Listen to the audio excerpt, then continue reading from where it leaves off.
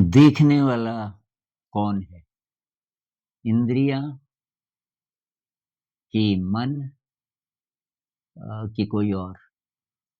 एक बहुत इंटरेस्टिंग सवाल किसी ने उठाया है। तो ऐसा लगता है कि इंद्रियाँ देख रही हैं। देखने का मतलब उनका है परसेप्शन, जानने वाला। ये जानने वाला कौन है?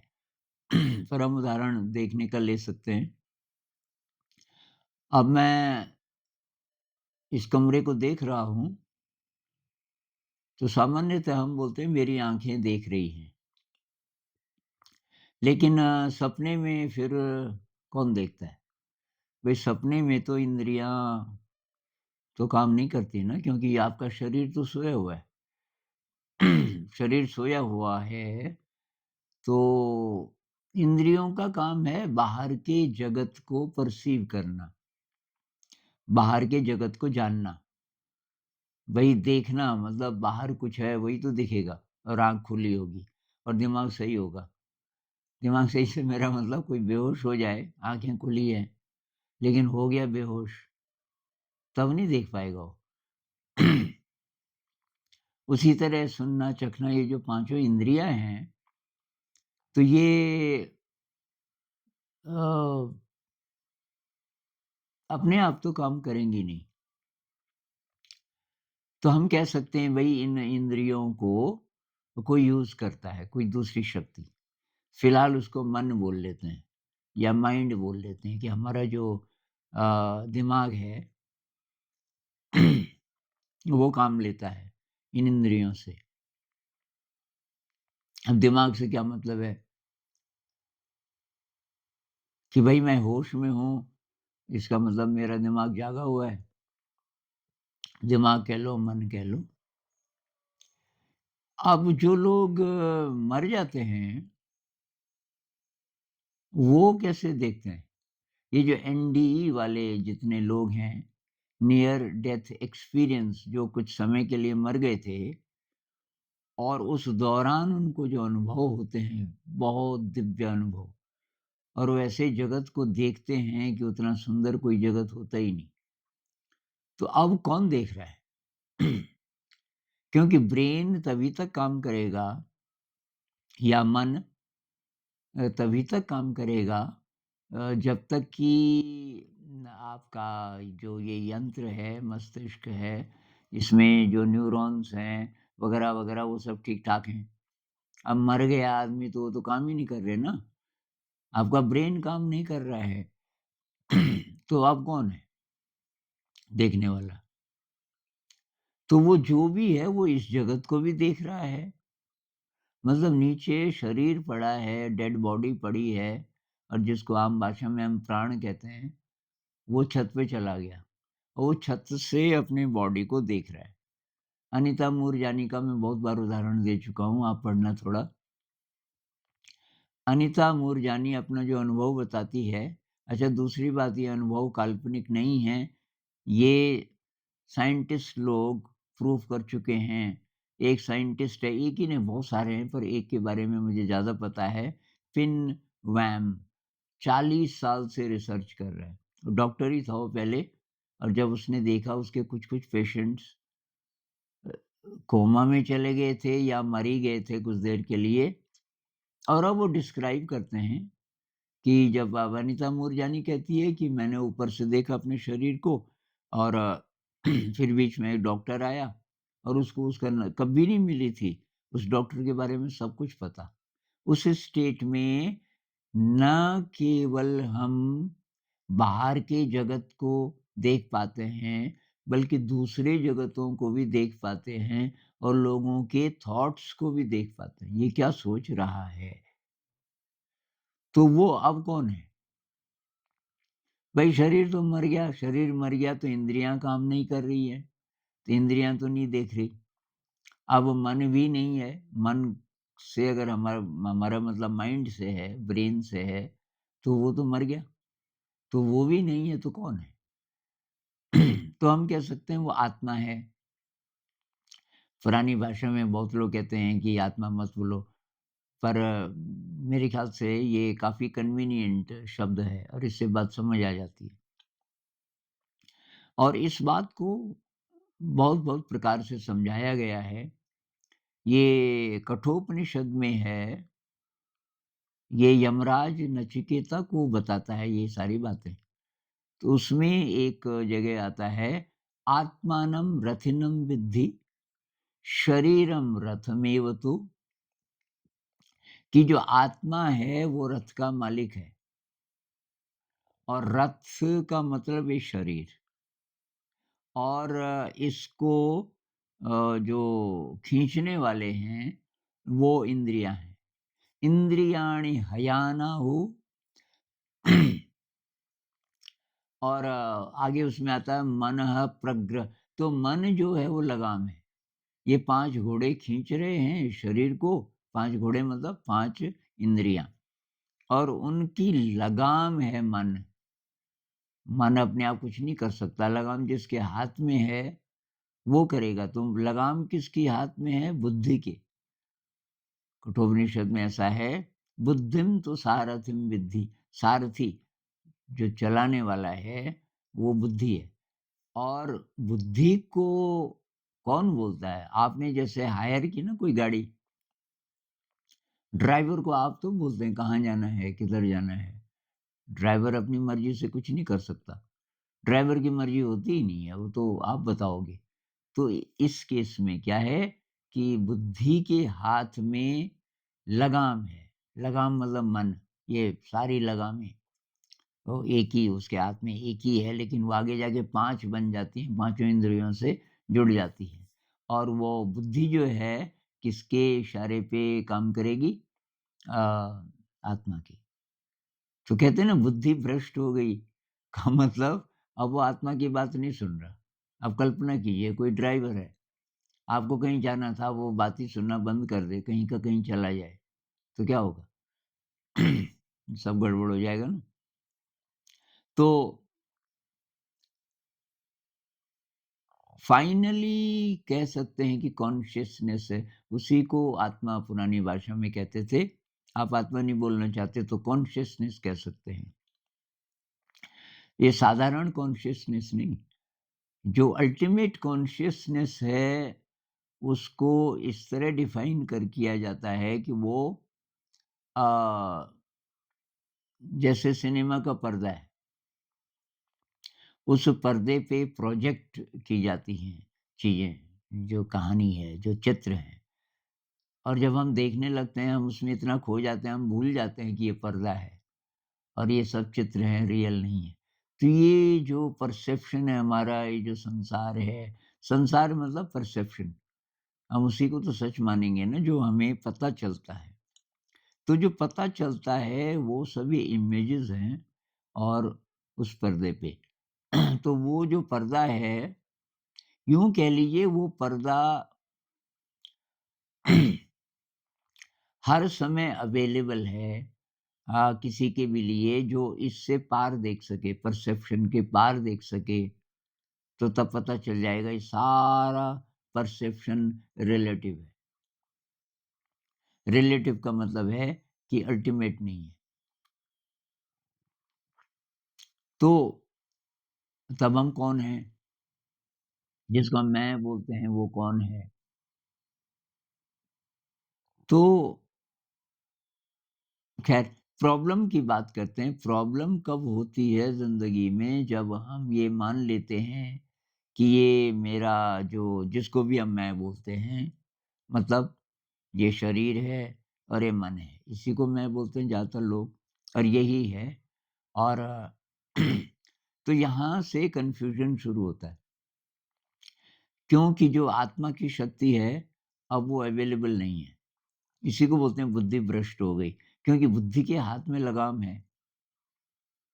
लगाम मतलब मन।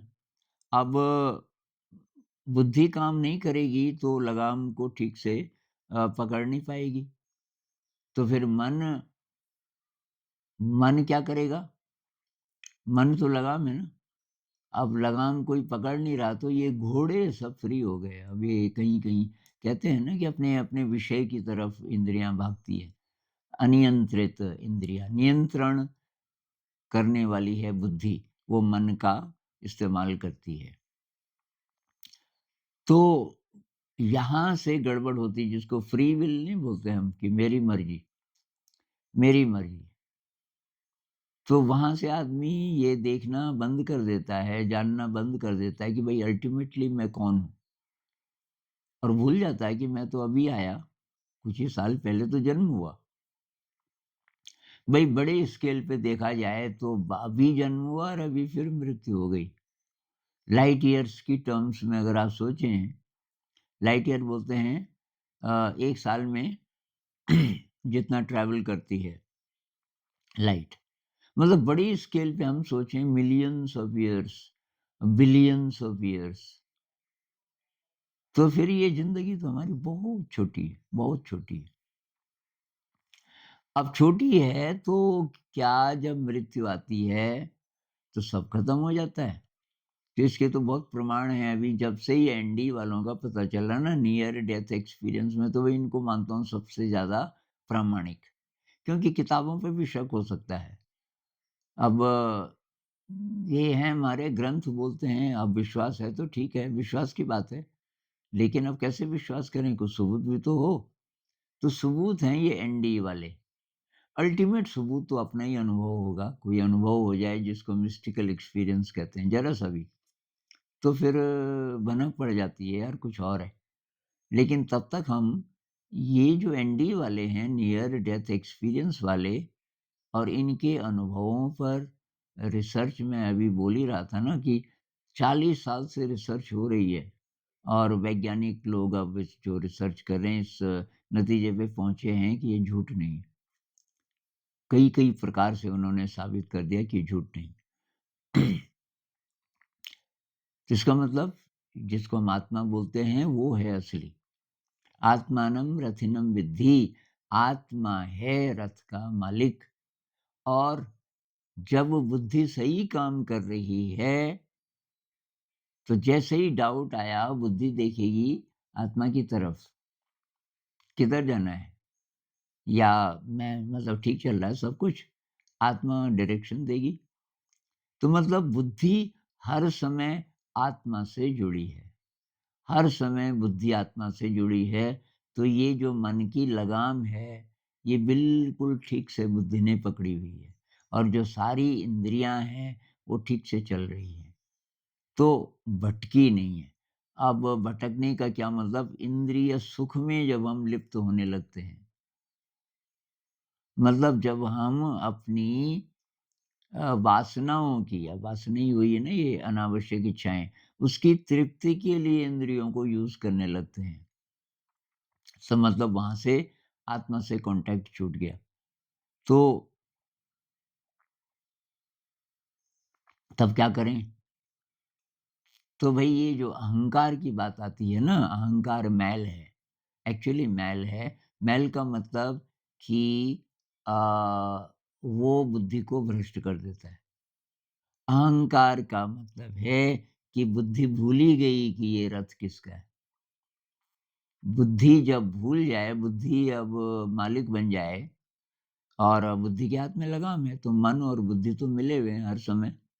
तो बुद्धि जब आत्मा को भूल जाए, आत्मा की तरफ देखे ही नहीं या माने ही नहीं, अज्ञानता के कारण, यही तो अज्ञानता है ना कि और कोई है ही नहीं, मैं ही हूँ।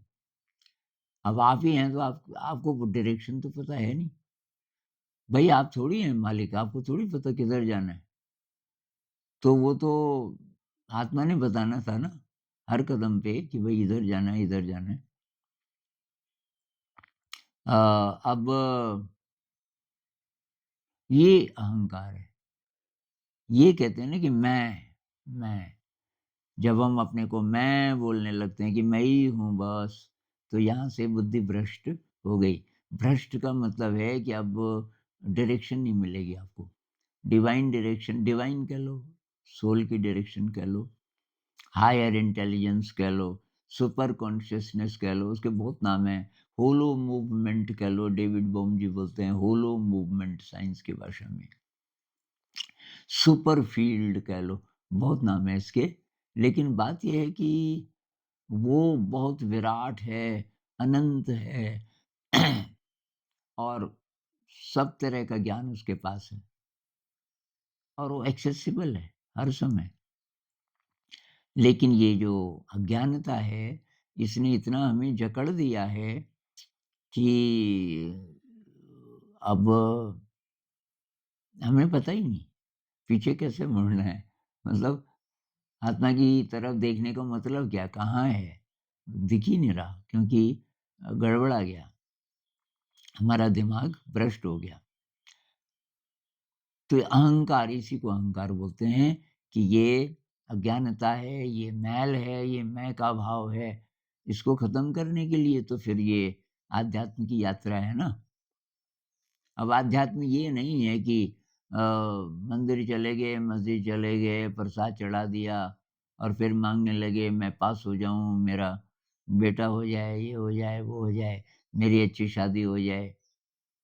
तो ये तो वही है, ये अहंकार ही है दूसरे रूप में। अभी आप मैं को ही मजबूत करने पे लगे हुए हैं। मैं जब खत्म हो जाए कि हे ईश्वर, मैं नहीं बस तू, मैं नहीं बस तू। सूफ़ी कहते हैं ना, वो अल्लाह बोले ना बोले, सूफ़ी लोग तो सबको एक ही मानते हैं ना कि एक ही पावर है। लेकिन मैं नहीं बस तू।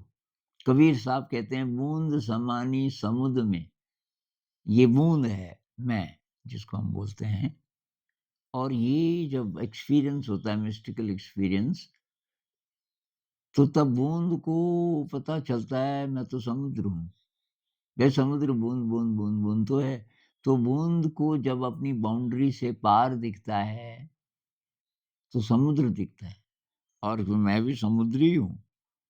बूँद समानी समुद्र में सो कत हेरी जाए। अब मैं कहीं नज़र नहीं आएगा क्योंकि वो समुद्र का हिस्सा, विराट का हिस्सा बन गया। तो तब देखने वाला कौन है? तब वही है देखने वाला, चलाने वाला हमारी ज़िंदगी को, तब वही है। तो जो जिनको ये अनुभव हो जाता है ना, थोड़ा-सा भी तो वो कहते हैं भई वही है पालनहार, वही है नाव का खेवटिया। कई-कई तरीके से ये संत लोग बोलते हैं ना कि सत की नाव खेवटिया सतगुरु भवसागर तर आयो, पायो जी मैं तो राम रतन धन पायो। तो मीरा जिसको कृष्ण बोलती है ना, वो वाला कृष्ण नहीं, जिसको लोग समझते हैं अ, क्योंकि वो तो राम भी बोल देती है। ये मीरा का ही भजन है, पायो जी मैं तो राम रतन धन पायो। तो कौन-सा रत्न मिल गया उसको? उसको रियलाइज़ेशन हो गई। सत्य की नाव, अब सत्य के साथ अगर आप होंगे तभी हो सकते हैं जब आपको ये आत्मा का स्पर्श मिल गया। खेवटिया सतगुरु, ये भवसागर है और खेवटिया मतलब चलाने वाला कौन है? तो यहाँ पे वो चलाने वाला कह रही है कि मेरी ज़िंदगी को, जैसे बुद्धि कहे भई मुझे चलाने वाली तो आत्मा है। पार उतारना, हे प्रभु मुझे पार उतारना। अब पार कहाँ उतारना? ये जो इल्यूज़न है, ये भ्रम है, कदम-कदम पे भटक सकते हैं, तो आप ध्यान रखना हर समय। तो ये जितने भी भजन हैं ना, इनको आप ज़रा डिकोड कर सकें इस भाषा में कि ये बोल क्या रहे हैं, मैं नहीं का क्या मतलब? मैं नहीं का मतलब है कि अब मैं, मतलब ये बुद्धि कह रही है और मन तो मन बुद्धि के साथ जुड़ा हुआ है कि अब अ, मुझे कुछ चिंता की ज़रूरत नहीं है क्योंकि हायर इंटेलिजेंस अब गाइड करेगी मेरी ज़िंदगी को, और इसलिए वो निश्चिंत हो जाते हैं और इसलिए मृत्यु का भी डर खत्म हो जाता है। भई जब मृत्यु का डर कब तक होता है? जब तक आप इतने ही हैं। आप अगर केवल शरीर हैं, केवल मन है तो ये तो मर जाएगा। अगर आप इससे ज़्यादा कुछ हैं, तो आपको पता चल जाएगा वो तो नहीं मरता। तो कृष्णमूर्तिज़ नोटबुक मैंने ये किताब दोबारा खरीदी है। ये मेरे पास बहुत पहले थी, फिर कहीं गायब हो गई। कृष्णमूर्तिज़ नोटबुक काफ़ी तो बीच-बीच में ऐसे अनुभव बोलते हैं कि मैं नहीं था। मतलब वो दृश्य का वर्णन करते हैं और एकदम भव्य और इतनी एनर्जी थी और कहते हैं कि जहाँ से सृष्टि बनती है, ब्रह्मांड बनते हैं, मैं उस जगह था और मैं नहीं था। मैं गायब हो गया, जिसको हम मैं बोलते हैं। तो देख कौन रहा है? तो वही देख रहा है। तो कहते हैं कि जब बीच में ब्रेन दखल ना दे, ब्रेन मर नहीं जाता, ब्रेन इज़ हाइली अलर्ट, बहुत अलर्ट है, जैसे कोई सर्वेंट होता है ना, कोई ऐसा सर्वेंट है जो मालिक पे प्राण छिड़कता है कि भई आप बस मेरी ज़िंदगी समर्पित है आपके लिए, तो वो हर समय अलर्ट रहेगा। पता नहीं कब क्या बोलें, मुझे वही करना है। ऐसा हो जाए, हमारी बुद्धि, हमारा मन ऐसा हो जाए कि जब जो डायरेक्शन आएगी तो अलर्ट है, वो सोया हुआ नहीं है। तो ऐसा मन जो समर्पित है, उसमें अहंकार नहीं है, ऐसा मन उत्साह से भरा है, ऊर्जा से भरा है और हर समय तैयार है कुछ भी करने के लिए आत्मा के डायरेक्शन पे, ऐसा हो सकता है। और तब वो चिंता काहे की चिंता खत्म हो जाएगी, मृत्यु का डर खत्म हो जाएगा। तभी इतनी बात करते हैं। नमस्कार।